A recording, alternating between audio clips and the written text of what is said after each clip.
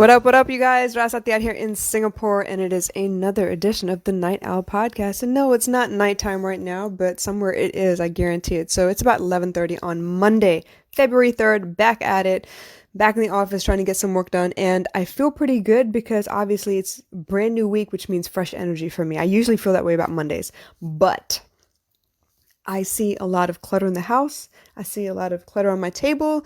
I have a lot of clutter in my brain, and I need a way to organize all of it. So right now, today, the main focus is to declutter everything, to get rid of all the little stupid things that I need to get done, and organize my life again. Because as always, something happened and it's kind of reshuffled my entire schedule. So I'm here trying to resort everything. But I want to talk about that a little bit because I feel like a lot of times we have a lot of crowding going on in our brains as far as our thoughts, what we're focused on, where we're focused. And honestly, it doesn't help that we have social media, that we have 1,001 WhatsApp groups that are pinging us all day long. We have email that is now 24 hours a day. It's the reason our jobs won't let go of us is because they expect an immediate response to everything. It's the reason we flip out when, WhatsApp status is on double check, but there's no blue mark or blue tick. It's the reason we flip out when we see people online, but they're not responding to us. We can see you people. It shows us when you're active and stuff.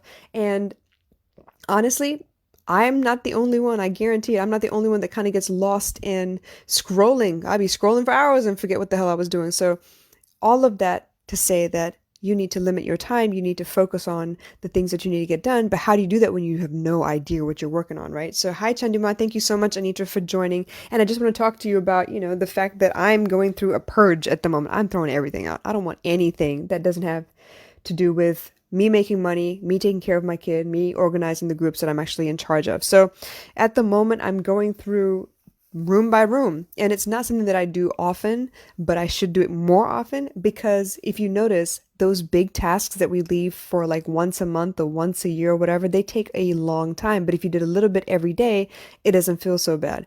It's almost like, taking the trash out every day. If you were to leave it for it to accumulate, obviously it'd be so much for you to take out at one time. It'd probably take you several trips. But it's something that I'm in the process of teaching baby girl as well. She's really good about creating stuff. She's very, very creative. She has a maker space at the house.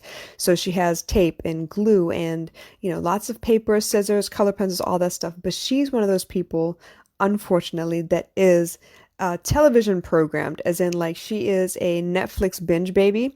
And because there are no commercials, she'll just like idly watch stuff forever and not pay attention, especially if that TV is on. So I really feel like there is a need for those commercials, almost a need for me to step in and say, hey, you've been watching one episode. After this one episode, you need to stop it and go do something else. Go read for a whole length of an episode and then come back and watch something if you want. I don't generally let her watch all the time, but I do let her have background noise because she's not always just watching.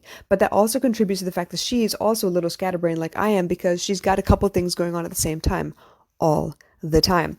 So the other day I had a conversation with her about the fact that she needs to clean up before she goes to bed. This is something she knows, but obviously if I don't tell her or remind her, it falls to me to kind of pick up the pieces. But she got really irritated with the fact that she had to go to so many different places to pick up pieces of Lego. Because when she's in that creative process, she moves around the house and she puts things down and she forgets. It's almost like that absent-minded professor feeling. You've all had them. If you wear glasses, you put your glasses down somewhere, you forget where you put them, or maybe your car keys and you're like, where are they? And sometimes they're on your head or they're in your hand, but you're frantically looking everywhere for them, right? So it's that kind of concept.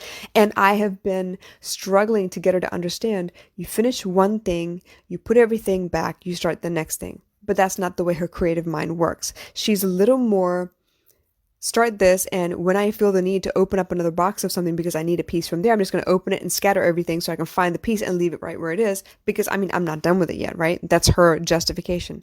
But I also know that if I don't teach her to complete a task all the way, it's not going to be second nature eventually. I need all of those skills to be second nature. It's going to be one of those things where she gets in trouble at school because she started something, she forgot, she stopped halfway, she left it in the middle of somewhere else, and she can't figure out where she put what she needed. So it's all of those skills combined into one. And as an adult, I still struggle. So that's where I'm decluttering today.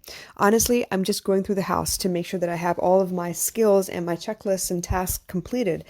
Case in point being from the doorway into my living room. I'm trying to make sure that that back table behind my couch is clear of clutter because I can't think when there's clutter. Have you noticed that? It's really difficult to think when you're staring at stuff that shouldn't be where it isn't where it should be, and you're trying really hard to make sure that you get your work done. It's very easy to get sidetracked that way. A lot of times I will be in the middle of recording a podcast or finish doing it and I'm converting it to upload, and suddenly out the corner of my eye something catches the light, and I'm thinking, what is that? And then suddenly I'm off on a different train of thought trying to figure out what I need to do next. So to reduce the amount of distractions, to reduce the amount of procrastination that I am prone to anyway, yes, I'm admitting all my faults because that means you can't point them out to me. I know what I need to do. But once I actually admit all of my faults and I notice where all of my shortcomings are, it's up to me to put things in place so that they are no longer my shortcomings, so that I strengthen those areas that are weak, and then my life is a little more efficient. It runs more like a machine. I am never going to be a machine, but I can actually set processes in place where it's easy to pick up where I leave off, it's easy to find out what else I need to do, and it's easy to stay focused. Now, unfortunately, decluttering also means getting rid of things. Whether I need them or not, I need to be very wary of the energy that I absorb or let into my space, and then I need to cut off the rest.